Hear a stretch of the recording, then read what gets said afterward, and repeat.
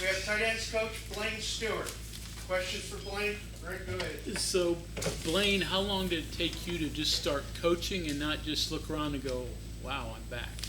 Honestly, my first day, because we had a player workout the day I showed up. So came in, went right to a staff meeting on my first Friday, went to position meetings, unit offensive meetings, then we were out on the practice field my first day. So it happened pretty quick, but I've definitely taken some time to kind of take it all in and really appreciate being back. So is it just football now for you, or do you still look around and say, wow, I am back? I always appreciate coming in these doors. Every time I make the drive, the first time I pulled in for my interview, I got goosebumps. I really did. And when I pull in this parking lot, it brings back a lot of memories. So every day I'm appreciative, but right now we're just focused on spring ball, trying to get better as a team, offense, position group, all that. What did you learn about your time in Pittsburgh? I learned so much. I mean, I couldn't even put into words to start. Number one, I just learned how to operate at a high level. That starts at the top with the Rooney family and the whole organization. Mr. Colbert, who I worked with, Coach Tomlin. Really just I learned how to, do things right and do things the detailed way. And I was really appreciative of that. I was around for a lot of really cool stuff. Learned a lot, had some success, had some just adversity in my time there. But the biggest thing, I just learned how to go through the process that is a full year of preparing a football team and watching guys grow. And really the coolest thing I was a part of was watching a young guy come in the room and, being a rookie or whatever and developing over a course of a couple years. So that's going to be my goal, to take these tight ends and really any offensive player, the whole player on the team, just really kind of watch them through their process and be a resource for them. That's what I'm excited about. Tell us about your guys. What do you see out of tight ends and fullbacks? The guys have been great. They've been working. They've been eager. It's one of those things where, you say go, they ask how far. They've done a really good job. I'm excited about the room, because I think we've got a bunch of different roles to be found in that room. I think we've got guys with unique skill sets that can help the offense, and whether it be, Cole Taylor, the big tight end, who can, you see his size immediately and you see his athletic ability. You got Traylon Davis, who played a lot of snaps here last year, and we want to continue to build on that. And then, like you mentioned, the two fullbacks, Luke and Colin, they've done great work, and we're going to try to find a role for them too. And then the rest of the tight ends, there's young guys, there's guys that haven't had the opportunity yet. So we're really trying to put them in a spot this spring to catapult themselves into finding a role this fall, and then really just continue to grow and see what it looks like week one, because we're not a finished product. We're not even close to being a finished product. But I think our goal is to have numerous body types that can do numerous things and help this offense. That's our goal. You work mostly with wide receivers in Pittsburgh, correct? Yes, sir. So what do you take from there that you can apply to tight ends? One thing about Pittsburgh is we were a pretty small staff, so the tight ends did not have an assistant. So I did work quite a bit with the tight ends, when it was Coach James Daniel and then Coach Alfredo Roberts, who's there now. Alfredo Roberts is like a mentor to me. He's one of those guys that I told him my goal in football was to get in the tight end room, because I needed to expand my knowledge and just execution of the run game. So I had been meeting with him for 2 years on tight end play, getting ready for hopefully an opportunity like this. This was just the perfect fit. In terms of the receiver room, was great. Learned a lot in the pass game, all positions, whether it be receivers, tight ends, running backs, quarterbacks, stuff like that.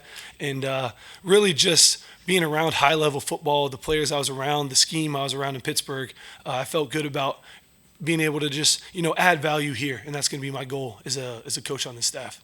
And then does that carry over a little bit, because one of the goals here is to get the tight ends more involved in the offense, especially in the passing game? Yes, sir, absolutely. Our biggest thing is just finding out a way to help this offense be successful. If it's run blocking, pass protection, making plays down the field, we want to have our hand in all three phases of that, because I'm a firm believer if you don't have a balanced attack, you don't have the ability to truly reach your highest level of an offense. So I think the more we can do with our tight ends, and the more we can do as an offense of spacing guys out and being heavy with our big packages running the ball, and then that sets up play action and stuff with our quarterback run game too. Our quarterbacks really add value with their legs. So I think all of that compounds into a pretty dynamic offense.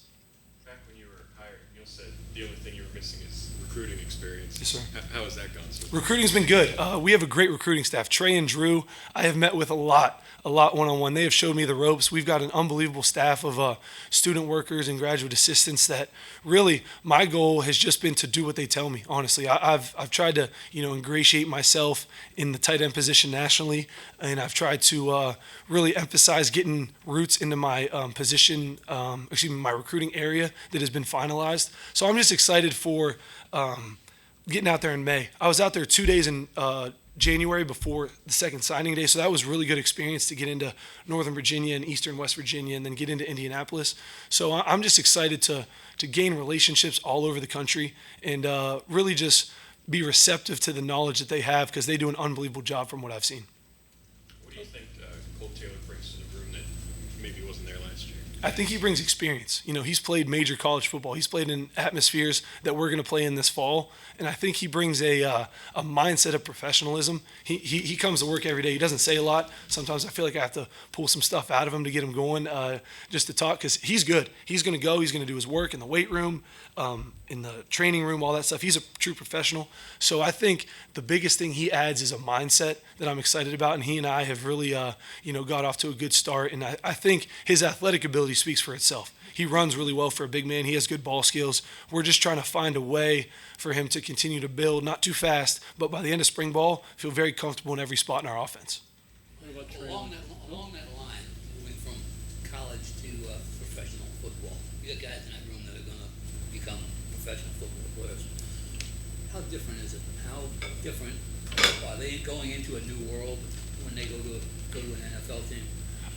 Yes, sir, they are. They're going into a completely different world because when you think about the NFL, it's every great player from college programs. It's the best of the best. So there's a lot of great players in college that, unfortunately, for whatever reason, don't translate to the NFL. So my thing is I'm going to try to, tight ends especially, but really anyone on this team, just verbalizing my experience with them, is I'm just going to tell them that they have to execute every facet of the game to be successful at the highest level. They have to take care of everything. They've got to take care of their body as a professional. They got to take care of the playbook. They got to be available. They can't be in the training room because if you're in the training room, you don't get reps. And if you're a guy that's not a first-round draft pick, those are the only guys that get kind of a pass when you start. So if you come in third round on, you got to earn your spot. So I think the biggest thing in the jump is just really the level of detail and having to execute day in and day out. So I'm just going to try to provide a framework for that and try to build it in our room, and hopefully it can be contagious across the whole team. Kind of boggle your mind a little bit, seeing the talent. One more time? Kind of boggle your mind a little bit, seeing the kind of talent that was around you up there. Yes, sir. The first thing that shocked me was the speed. Because, Coach Tomlin, he believes in tackling in practice when a lot of teams don't. I don't know how many do, but we're one of the few that we tackle to the ground in Pittsburgh. And, the first thing that strikes me is the speed of the linebackers, the speed of the D-line, the speed of a guy like T.J. Watt who can run with receivers in the NFL. That's the thing that kind of shocks people, and it's the speed and the athleticism that is special. So you just got to be ready to match that intensity when you get there. Coach, how have you been able to leverage your NFL experience to actually almost being an advantage for you now as a coach on the college level, helping these guys, being able to tell them, you just kind of went into it, what it takes to get there, but also even in recruiting? Because I would imagine that despite not having recruiting experience, some recruits out there might actually like hearing from somebody that could tell them, well, this is what you need to do to get to the next level. Has that kind of been an advantage for you, even though you were inexperienced in the recruiting side, and how have you used that? I'm definitely going to use it to my advantage. The biggest thing I think is I want to help these guys achieve their goals, whatever those goals may be. So if their goal is the next level, I've been a part of 5 drafts that evaluated players, went to pro days, had one-on-one draft meetings with guys. It was a really good experience for me to say, guys, this is going to be the process. And if you take care of your business and align these things, it's really boxes to check. Are you going to check these boxes to prepare yourself to just get an opportunity? Because that's all you can really get at the next level. You just want to have an opportunity. It doesn't matter how you get there. First round draft pick, third team as a free agent. I've been a part of guys that for whatever reason it didn't click until their third year. So that process is a long one at times, but I just want to use that as an advantage to, yes, when I was talking to recruits, some guys were like, oh, where are you coming from? I'm telling them it was my first day. I was like, oh, I was with the Steelers. Sometimes that did open their eyes, and that was a cool experience. We talked about, whether it be their favorite player or a scheme, or I'm definitely going to try to, leverage that just because, it's my experience, so I'm going to use it to my advantage. How do you see Traylon Davis? I see Traylon Davis is a Just a really good all-around football player. He's going to be the type of guy that's going to lead us in terms of physicality as a tight end room, and we gotta match his level of physicality because he's no stranger to that. I want to lean on him to do that, and I think the more he gets comfortable in his body, because he's finally done gaining weight and he feels good about where he is, the more he feels good about the scheme and where we put him. Everything's going to compound into itself. Being a point of attack blocker, well, then he can be a point of attack play action guy. I'm really excited about his development and first and foremost, just his mindset. He's a tough kid, and I really enjoy working with him day in and day out. How's the transition been from the time? In the NFL, you got unlimited time with the guys. In college, you've got limited time. How has that transition been for you? It's been a good transition. The biggest thing that I've learned is you got to be very efficient with your time. These guys have a lot going on outside of this building, and obviously we're very fortunate. Everything in this building is geared to helping these guys maximize their not only football potential, but their athletic, socially, nutritionally potential. So I think just using the efficiency of a meeting schedule and making sure that, we're not wasting guys' time is a big thing, and just preparing these guys to come in, be efficient, handle your business, go handle your academics or whatever you need to do outside this building, and then always have an open door policy for, hey, in the afternoon, man, come find us. Coach Brown's implemented a great kind of window for that in the schedule. The guys come in the evenings and they get work with Coach Joseph and the trainers and myself and young coaches. They're doing a really good job. So just being efficient, and I'll be honest, sometimes these mornings are full speed now. We got to get out to that practice field. It's been a good time, but it's definitely something you just got to be efficient. Neil said before you were even on the radar to be hired that he had tried to establish a relationship with you and your family. Mm-hmm. What does that sort of aspect of this job mean for you? And I think Neil mentioned that your mom got to come back and kind of see it for the first time in a while. Yes. Just what is that part of the job? It's been unbelievable. My mom still lives off Stewartstown Road. She lives 5 minutes from here. So this is home.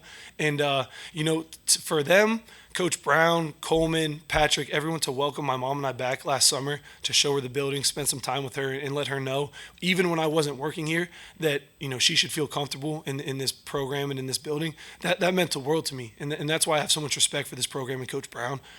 It's just been great. She's coming to family day. My mom is. So we're going to go up, we have a nice meal with the players and make sure she feels just back in the fold. Former players are here. Rasheed Marshall, she's excited to see. Adam Jones, she's excited to see. Mike Joseph, Lori Rice, just familiar faces for her that she hasn't seen in a while. We're really excited, but really just the olive branch that Coach Brown and the program offered to my mom and I and myself and Coach Brown over the last couple of years has been really special. You talked about some of your more experienced players, whether it's here or different programs, right? So Taylor, Hamilton, but also guys like Traylon and I guess Victor too, but Everhart. Oh yeah, Carson. Canadian football, and then wasn't around for a year or two when everybody's moving in one direction, and he's a little bit different, but he has some physical gifts too. Oh yes, sir. No, Carson's done a great job. The biggest thing with him is he's going to transform his body. He came in a little, it wasn't his fault. He came in underweight a little bit just because he wasn't playing football last year. So he's gained 10 or 12 pounds already this semester. So Carson's one of those guys that's got the frame to really build onto in terms of, just being able to put some meat on those bones. So we're really excited about him. He's just going to continue to work. He's one of those guys that beats down my door. He says, Coach, can we meet? Coach, can we meet? So that's a great problem to have for a guy that he really, really, really is excited to be back playing college football. And I think he'll just continue to work, and we'll see where it goes. TJ, what do you see of him other than probably making you feel old because you remember his dad? Oh yeah, Torrey. yeah. TJ Johnson's been unbelievable.